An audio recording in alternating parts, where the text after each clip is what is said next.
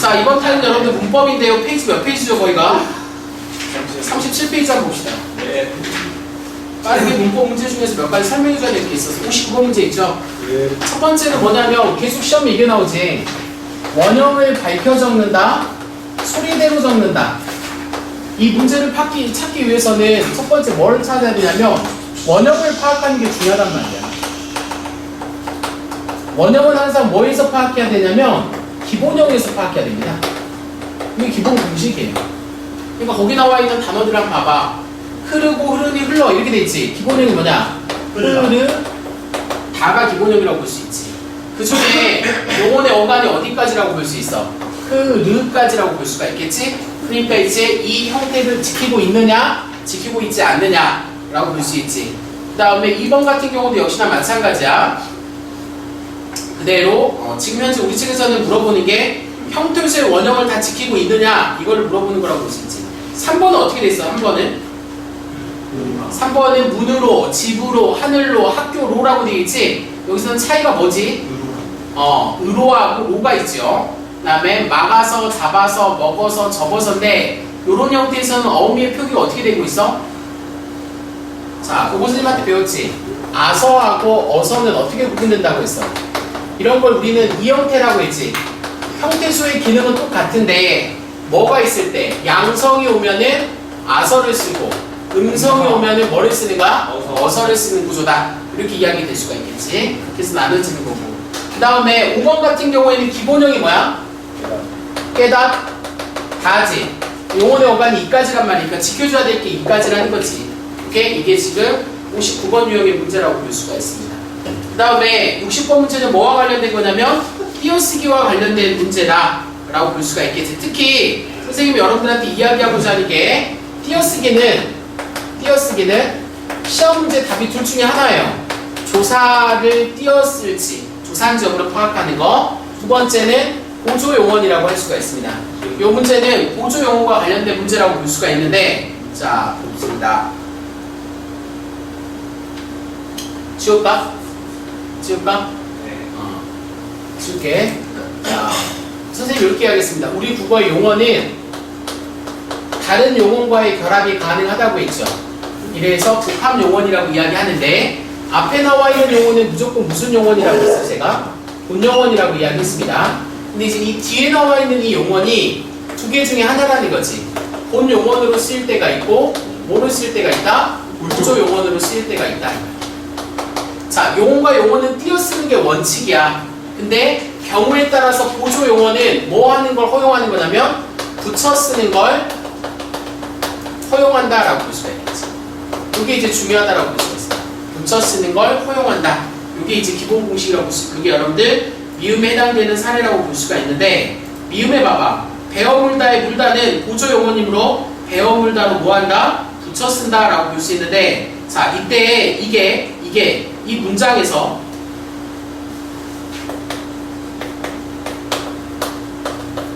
얘기 된다고 했잖아. 앞에 얘를 생략해. 물다. 베어서 물다. 자, 그러니까 첫 번째, 얘를 생략하고도 얘의 의미가 살아남았느냐. 자, 예를 들어보면 사과를 베어 물다. 그러면 사과를 물었다. 의미가 살아있지. 혹은 이 사이에 다른 형태의 단어가 연결시킬 수 있는지 여부를 확인해서 갈 수가 있겠지. 사과를 베어서 물었다. 됐지? 그러니까 얘는 뭐가 되는 거지? 보조용언이 아니라 본용언이 되는 겁니다. 본용언은 반드시 뭐 해야 된다? 띄어쓰는 게 원칙이라고요. 그래서 얘는 뭐다? 본용언이다. 그러니까 본용언은 무조건 띄어쓰고 보조용언만 붙여 쓰는 거 허용한다고요. 모든 보조용언은 다 붙여 쓰는 것도 아니야. 일부만 허용한다. 그게 60번 문제라고 할 수가 있습니다. 그 다음 61번 봐봐. 자, 문제가 뭐냐? 연음 이외에는 이 밖에 여러 가지 사례도 있다라고 볼 수가 있는데, 자, 연음이 표준 발음이고 연음의 예외에는 이거 밖에도 여러 가지 사례가 있다. 그러면 지금 현재 우리 책에서는 연음에 대한 설명이라고 볼 수가 있겠지.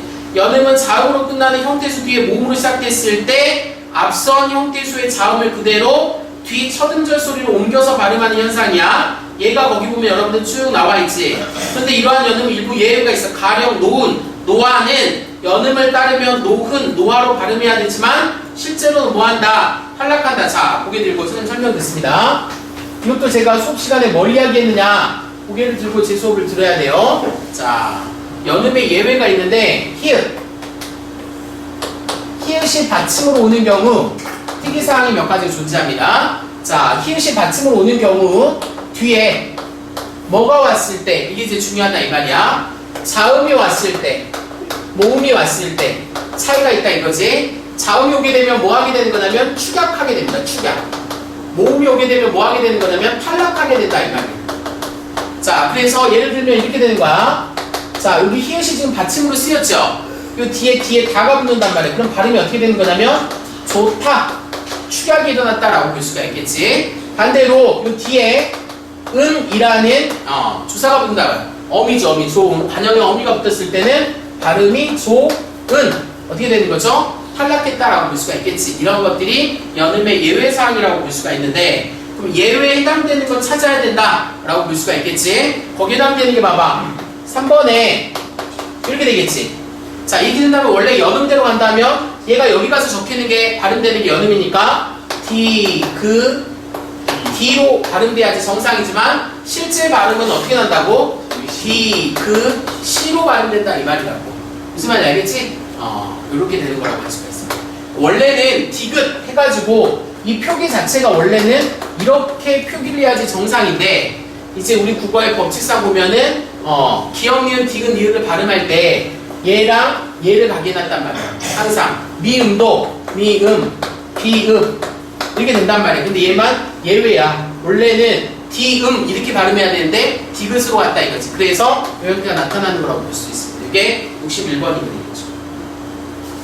62번 문제 봐봐. 이건 지금 뭐와 관련된 거라고 볼 수 있어? 형태소와 관련된 문제라고 볼 수가 있겠지. 거기서 여러분들 하나만 기억합시다. 5번 문제, 5번에 선택지 5번에 자, 여다지.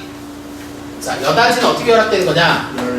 자, 열다라는 말에 닫다라는 어근. 그러니까 얘가 어근.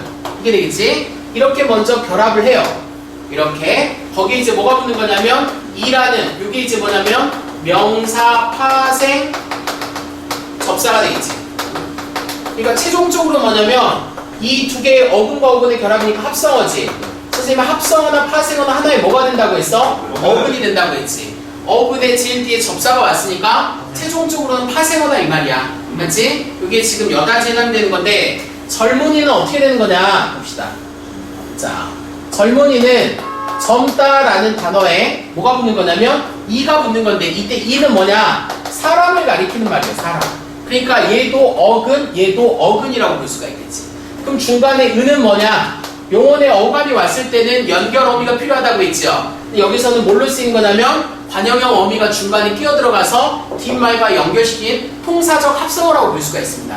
그래서 얘는 젊다라는 어근에 이라는 어근이 결합된 통사적 합성어, 이렇게 취할 수가 있다라는 거죠. 이게 기본 형태가 되는 거라고 볼 수 있습니다. 됐어요?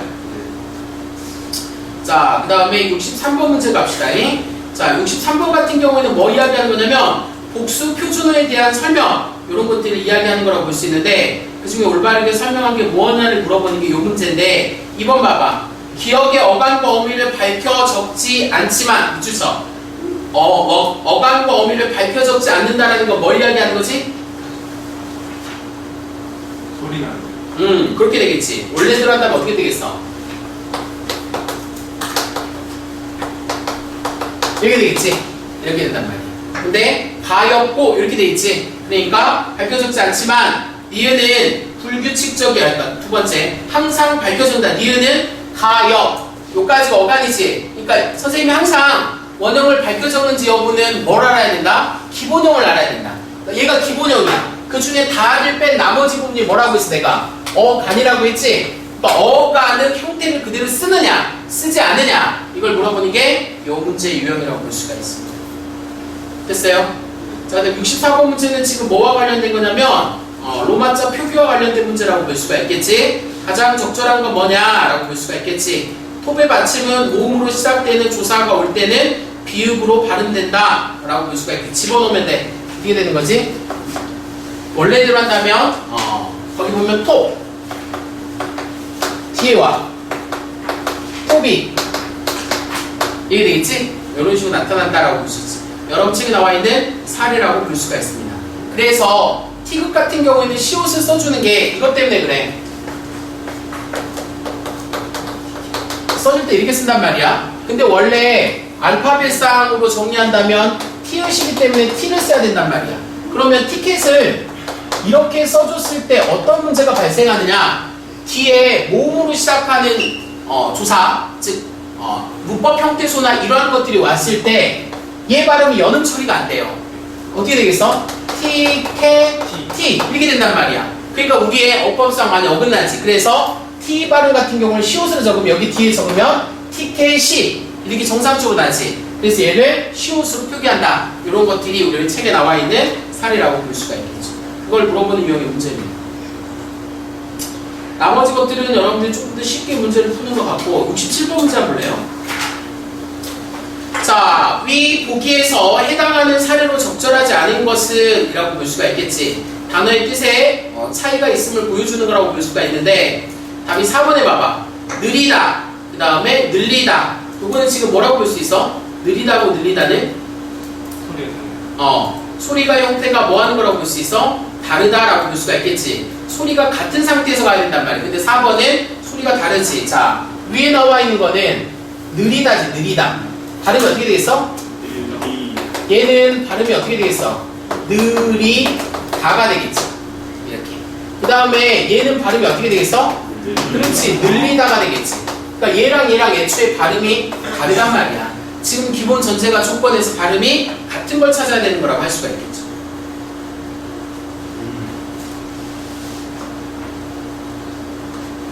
됐어요? 그럼 68번 문제 같은 경우는 이중모음의 발음을 어떻게 하는 거냐? 라고 볼 수가 있겠지. 자, 지금 답이 5번인데 5번 같은 경우에는 왜 5번이야? 세 개가 아니에요.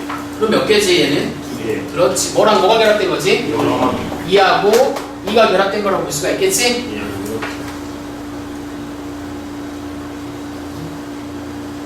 그럼 70번 별표 쓰십시오. 사이시오.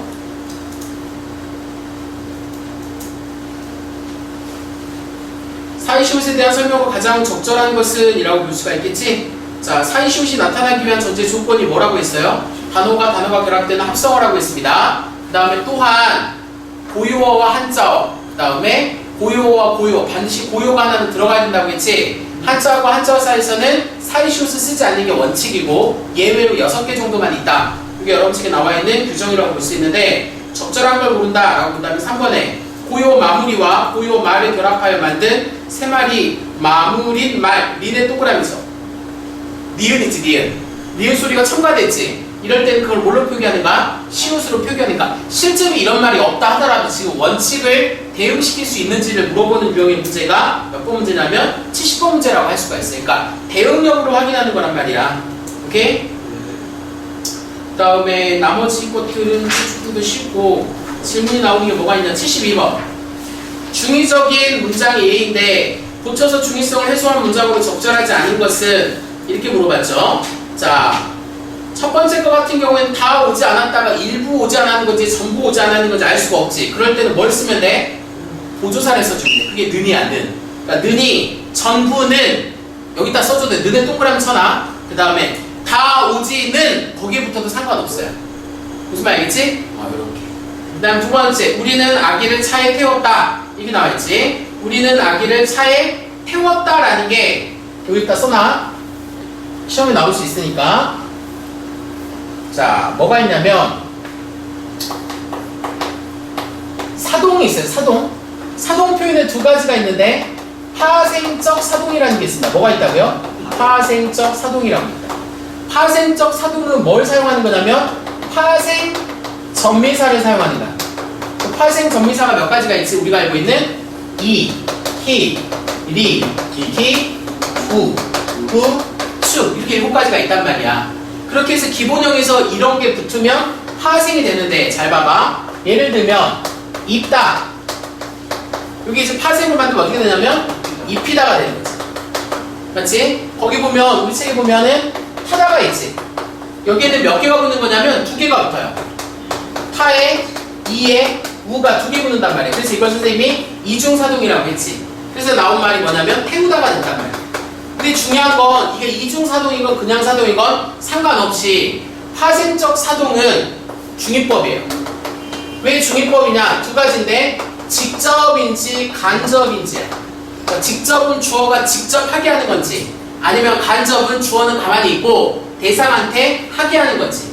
무슨 말인지 알겠어? 그래서 파생적 사동 자체가 중위법이라고. 그래서 우리 책에 보면 타게 하다라고 뭘로 바꿨냐면 통사적 사동으로 바꿔놨어요. 이렇게 되면 무슨 뜻만 살아남냐면 간접의 뜻만 살아남는 거라고 볼 수가 있다 이거지. 이해돼? 그러니까 이건 기억하고 있어야 돼. 사동, 어떤 사동? 파생적 사동 자체는 뭘 갖고 있다? 중위법을 갖고 있다. 이게 되는 겁니다. 자, 그 다음에 3번 봐봐. 누가 그 시를 좋아합니까? 이렇게 나와있지. 누가 그 시를 좋아합니까? 요거지. 그러면 여기에서 물어보는 형태가 누가라는 거죠. 누가 그 시를 좋아합니까? 라는 게 이때 누가가 두 가지를 해석할 수 있는 게 첫 번째, 대상을 물어보는 시가 의미로 쓰일 수가 있어요. 그 다음 두 번째는 의미를 반대로 하는 반어법이야. 누가 그 시를 좋아합니까? 라는 건 아무도 좋아하지 않는다라는 선의적 표현이 들어간 거라고 볼 수가 있다는 거지. 무슨 말 알겠어? 근데 아래 어떤 사람이 그 시를 좋아합니까? 같은 맥락이야. 무슨 말인지 알겠지? 그러니까 누가나 어떤 사람이나 이렇게 치면 두 개의 중의적 의미가 살아있다라고 볼 수가 있겠지. 이거를 중위법 옆에 붙인다면 어떻게 이야기할까? 누가 그 시를 좋아합니까? 이거 올바로 붙인다면 어떻게 될까? 붙이면 중위법이 존재하지 않게 물어보면 뭐라고 질문할 수 있어? 한 번요?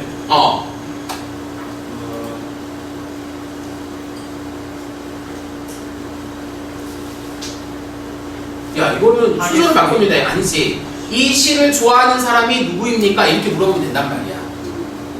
맞지? 그렇게 된단 말이야. 그런 의미. 그 다음에 누구도 이 시를 좋아하지 않습니다. 이렇게 평소형으로 간다는 말이지. 오케이? 그러니까 이건 의문문 형태가 일반적인 보편적인 의문문인지 수사 의문문인지에 따라 나타나는 거니까 의문사를 제일 뒤로 보내도 돼.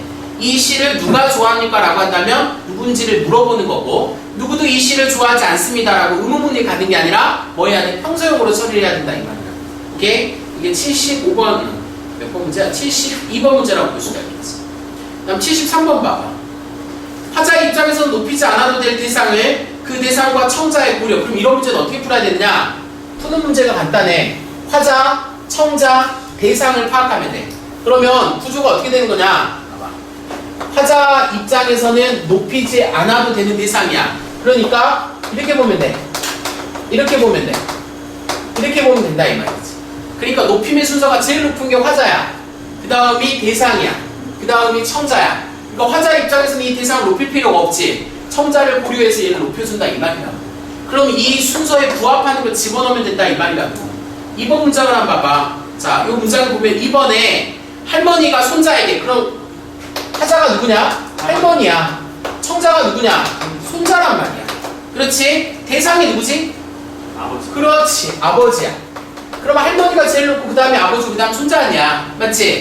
그러니까 화자 입장에서 얘를 안 높여도 돼. 근데 얘 때문에 높여주는 거야. 그래서 아버지께라고 써준 거라고 할 수 있지. 이거는 뭐 시키면 되냐면 대응시키면 되는 거야. 어렵게 풀려고 의미로 푸는 게 아니라 대응 관계를 갖고 풀어낼 수가 있다 이거지. 이게 73번 유형의 문제라고 볼 수가 있습니다. 그 다음에 뒤에 보면 74번 문제가 있어. 74번은 뭐와 관련된 거야? 자, 동의 중복 표현처럼 보이지만 동의 중복 표현이 아닌 경우도 있다. 자, 이 두 말 중 이렇게 나와 있지. 그럼 여기서 중요한 게 뭐냐? 해당되는 기억이 적절하지 않은 것은 뭘 찾는 거지? 뭘 찾는 거야 이거는? 생략할 수. 우리 뒤에 보면은 두 말 중 하나를 생략하면 전혀 다른 뜻이 된다 이 말이야. 맞지? 요런 경우가 그러하다 라고 볼 수가 있겠지. 그럼 보자. 야구공 생략할 수 있어 없어? 왜 그렇지? 야구와 구가 공이라는 뜻이 있으므로 동의 중복이다. 이거 맞는가 틀린가? 중복 표현 아니야? 이건 어떻게 되지? 하나를 빼면 말이 되지 않지? 그러니까 얘는 지금 거기에 해당되는 게 아니지. 신뢰 안, 이때 둘 중에 봐봐. 안을 빼도 되겠지. 신뢰 이게 되잖아. 그럼 이건 뭐야? 동의 중복 표현이라고 볼 수가 있겠지. 초가집, 집을 빼, 그럼 초가가 된단 말이야. 서로 상의하다, 이것도 역시나 마찬가지지. 뭐 하는 거지? 서로를 빼고 상의하다라고 해도 되지. 미리 예상하다, 미리를 빼고 예상하다가 되지. 답 되는데 1번은 안 된다라고 할 수가 있겠지. 나머지 것들은 여러분들이 또 쉽게 풀 수 있고 좀 어려운 게 77번 문제 있죠.